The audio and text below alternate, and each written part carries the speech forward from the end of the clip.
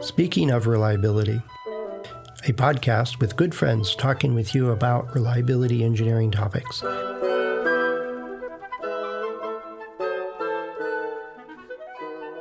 Welcome to Speaking of Reliability. This is Fred Shankleberg.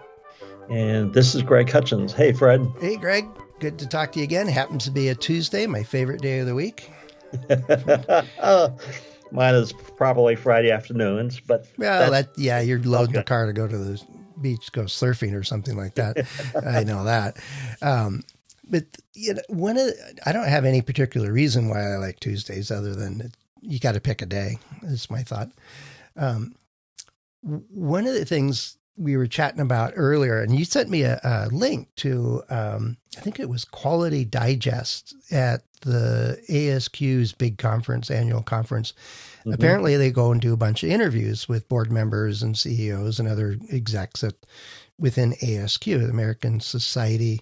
Is it of quality or for quality? I always forget what preposition they use. Oh, I think for quality, American Society for Quality. Yeah, whatever it is. Yeah, ASQ. Great organization. Yeah. So anyway, you sent me a link to a YouTube video of an interview they did with one of the two CEOs, where I guess there's two separate companies. I think she was the CEO of the side that I think of as ASQ. It's got membership and they do the news, they do a magazine, and they have the sections and the different divisions and stuff like that. And they talked about a whole range of different things, but the one that really I picked up on and I thought would be a great discussion point is that they were asking about the decline in membership in the professional society. And yeah, it's declining. And one of the reasons is that there are fewer named or titled reliability professionals in organizations. So and which didn't surprise me at all. HP never had big quality departments. Very, very few, if any, of their divisions. Usually they were divisions that were brought into the company from some other company or were purchased at some point or merged that had a quality function. But Bill and Dave basically said, no, it's everybody's job. We need to take care of creating quality right from the design and all the way through. And so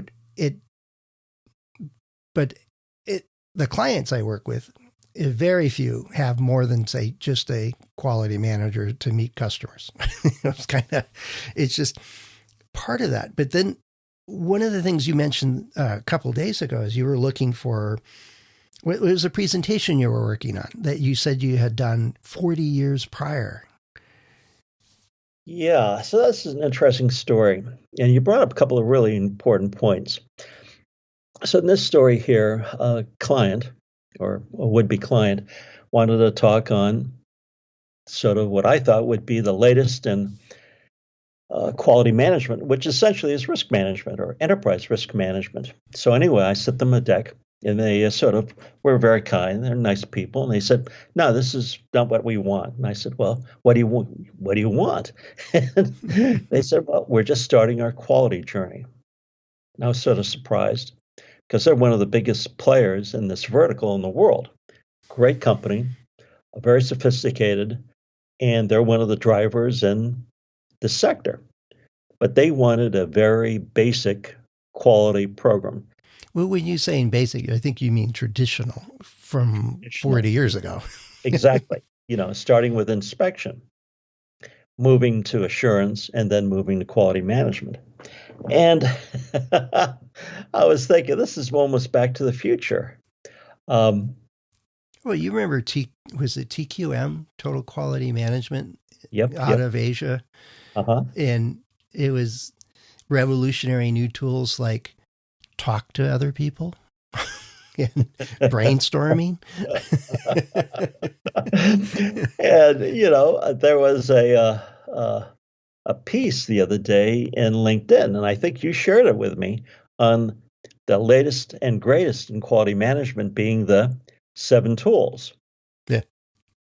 It's the 7 tools, which we saw in the 80s, which were first introduced in produced or reintroduced in the 50s and 60s, and some of them got enhanced then, but I think most of them came from the 20s.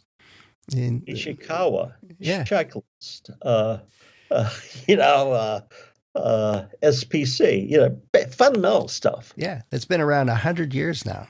In one Absolutely. form or another. But, there's a new consultant that comes out, writes a book, and has to change the name of everything. Um, you know how that works. But yeah, it's, to me, I mean, it was true in the 80s. We went through a whole pile of training in the 80s and 90s about all these new methods and learning all these new tools and all this good stuff. But there's very few clients I run into today that, other than asking you to help them figure out how to do inspection, you could do a whole, 20 minutes on what's it called, Poka Yoka, where it only fits one way, Yeah, kind of thing. exactly. But I think my kids don't know these things. They've never been taught this stuff, or if they did, it was because their company brought it in. But some things, and this was the part that I think the ASQ, and I've drawn a complete blank on her name, the CEO of ASQ was talking about, is that, well, on one hand, moving quality activities and functions and and processes to more the general population of your engineering staff or of your team is a good thing, because now more people need to be dealing with quality, and we can adjust and help them learn these tools. And so, and bring it on. And I know you and I have talked about future of work for so many times, and I think this has just been an ongoing trend in general, is that just because your title's electrical engineer anymore doesn't mean you're not doing reliability and risk and quality and environmentalism and supply chain, and you're probably got fingers in all of those areas. Well, it was interesting, in 87, this was a pivotal year for quality. Because in 87, we had the 9001, we had the Malcolm Baldrige Quality Award, and we had we had Six Sigma coming out of Motorola. Mm-hmm. And the from real Six Sigma, none of this fluffy stuff they got out there now. Exactly. The original, the OG. And from about 87 to 2000, quality went from individual contributor, manager, senior manager, director, and VP. Mm-hmm. So around 20 years ago, almost every company had a VP of quality. And now, because quality is part of, and reliability is part of almost everybody's job, what do we have? We have folks who are maybe a director level. Many companies don't even have a director level. They have a manager as head of quality. And we see that in ISO 9001. So the original standard came out in 87. And one of the requirements was there had to be a management representative. So the first management representatives in 87 were manager, director, or VP levels. Lately, say in the last 5-10 years, ISO management representative in many companies is a clerical person. Yeah, they're just taking care of the versioning of the required documents. And absolutely, but here's where I think what quality missed is in quality, in the big capital Q missed is 87. We still had Schuhart, and I think Duran was still alive and doing presentations, and Crosby was still around and doing his stuff. They were still gurus promoting this stuff and making things happen and so on. I don't know of any gurus that I could name today that had that kind of sway and so on. The nature of work has changed. Organizations are hyper-focused on what they think is their, what they're good at, their value add, and they outsource everything else, including quality, including reliability in some cases. But what I've seen is that whether you have a named quality person on staff or not, really doesn't matter whether you create a quality product or not, or a reliable product. You don't have to have a reliability engineer to create a reliable product. That's not correlated. It has more to do with the culture, which is something that is created, informed, and enhanced and modified by senior management and or senior personalities within the organization that dictate or drive the culture. people like us do things like this. We think through the impact on quality when we make a decision. We think through the impact on reliability. What is the risk we're facing with this decision? How do we think that through? If those things are pervasive through the culture of an organization, they can consistently make quality and reliable products. There's no doubt in my mind, and face minimum risks in doing so. And because I've seen it. I've seen organizations that get it. And they don't have a quality person. They left 5 years ago, but they taught them how to do it. And then they made it a self-sustaining process. So if you get onboarded there, you come up to speed on all this way of dealing with your work. I don't know that the quality profession has recognized that that's important. Not just that we're going to teach people how to do inspection. I think that's not helping here, guys. You know, there's that famous quote that says, "Culture will eat strategy for breakfast." Yeah. And that's so true. And you can see the culture and organization really quickly. And you're right, culture will always win. Unfortunately, a lot of companies are still fear-based. Yeah, no, and that's unfortunate. And that, I think, is going to exist and separate the good from the bad companies over in the long haul. But I think we don't have a 1987 type vortex of, all these different events and activities and standards and things coming together all at once. It's more of that slow change over the decade of we're having to reinvent what quality is again. And I think that's the part that to me was missing from that interview, was they were adjusting to where they could make money as opposed to being, and one of her quotes was, I thought was useful, was what's the impact we have on the industry? And I think you're missing the point here, is that doing some training around the edges and publishing a couple of books once in a while is just not going to do it.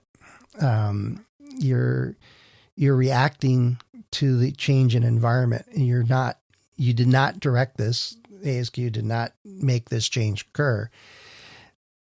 So you're not you're not impacting anything other than just touching around the edges. It's kind of my takeaway from that.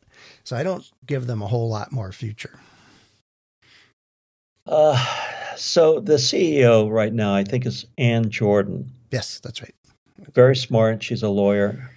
The numbers that were quoted, I think, were ASQ has gone from 150,000, say mid-90s, down to 55,000 now. Yep. And that's a big change, big delta. And your point is, are they reacting? Are they responding? Or more importantly, are they shaping the market for quality? And that's a big question. I don't know what they're doing. And I think that was one of the things that Quality Digest was trying to drive at, is how are you shaping the market for quality, reliability, risk management? Yeah. Meaning, because if you can shape the market, you're thinking future. If you're reacting, you're thinking in the past. Yeah. No, I think they're going to, the impression I got from the interview is that, no, they were reacting. And ouch. I really do think they were. And that's one of those quality precepts that Duran and Schuhart and all these other folks is well, doing so is you're going to be a day late and $1 short. Kind of, to say it succinctly, is that's not going to make it work.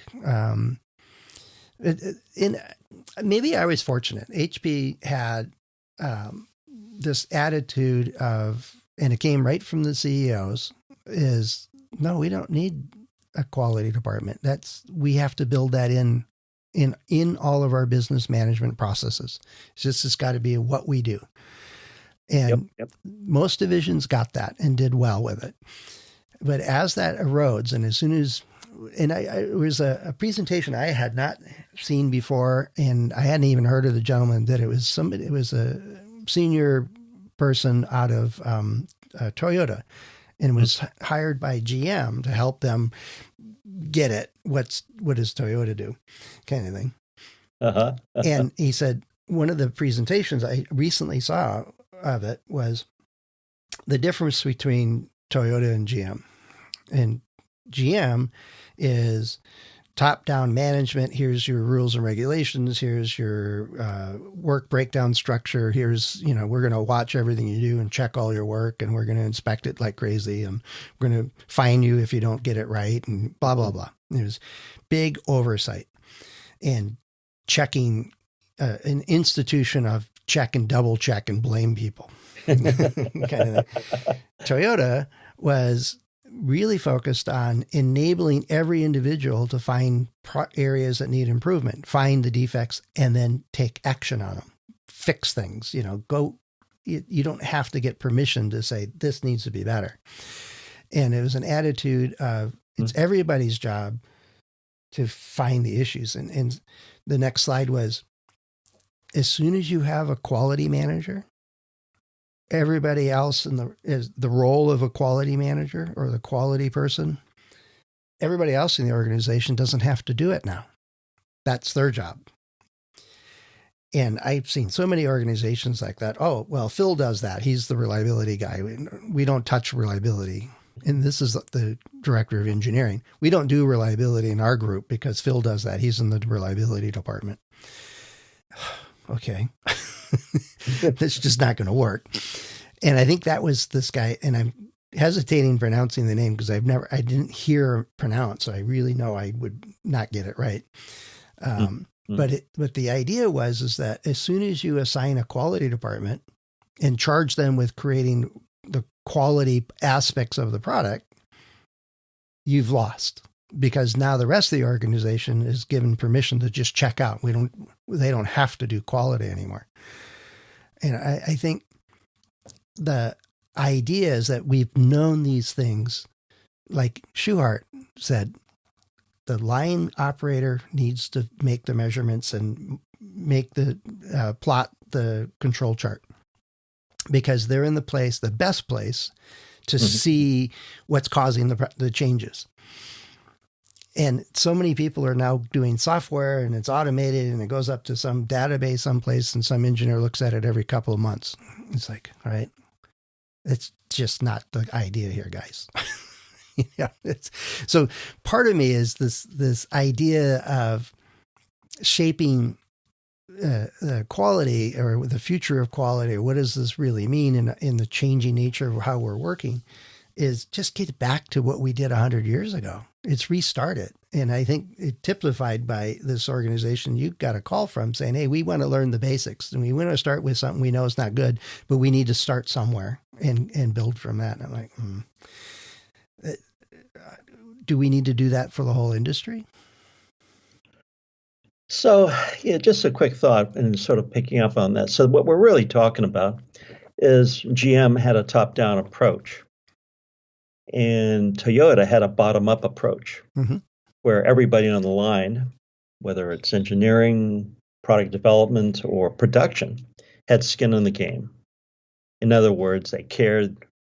Another way to say that is they gave a shit. Well, there's that, but they also were empowered to do something. There was no fear of saying, no, this isn't right. We got to do something. And I don't know the solution, or I do have some ideas, but either way, they weren't afraid to do that. There was no retribution. And that's right. So I think in the old days, that was called Kanban, where somebody could pull an undone cord and basically stop the line.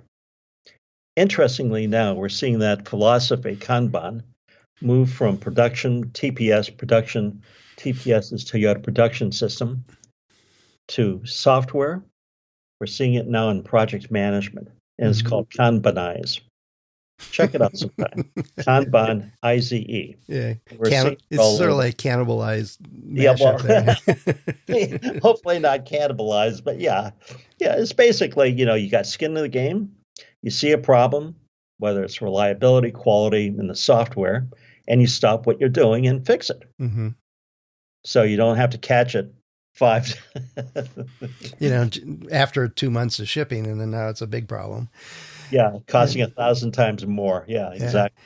But the basic issue though is that the idea of paying attention to quality. I don't think that's going to go away one way or the other. It's in paying attention to reliability or risk. Those aspects of a product or of the process of running a business are going to exist whether you pay attention to them or not. And there are various ways of paying attention to it. Some are more efficient or effective than others, but I think hats off to the team that said, hey, we need to get built, we need to learn this and master it. And they're looking long-term. We got this. We know it's going to take time. We need to get started. That's fine.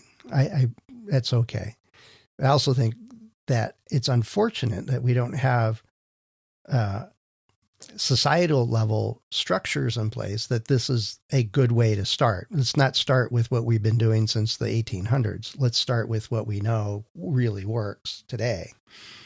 And that's the unfortunate part, I think, is if we're going to restart, let's try not to restart with not knowing anything. Yes, exactly. And the question is, how do you solve these bigger problems in companies? They're sometimes systemic. Yeah. Because people people on the line, they can only fix what's really in front of them. Yeah. A good start though, Greg, is listen to our podcast here. It's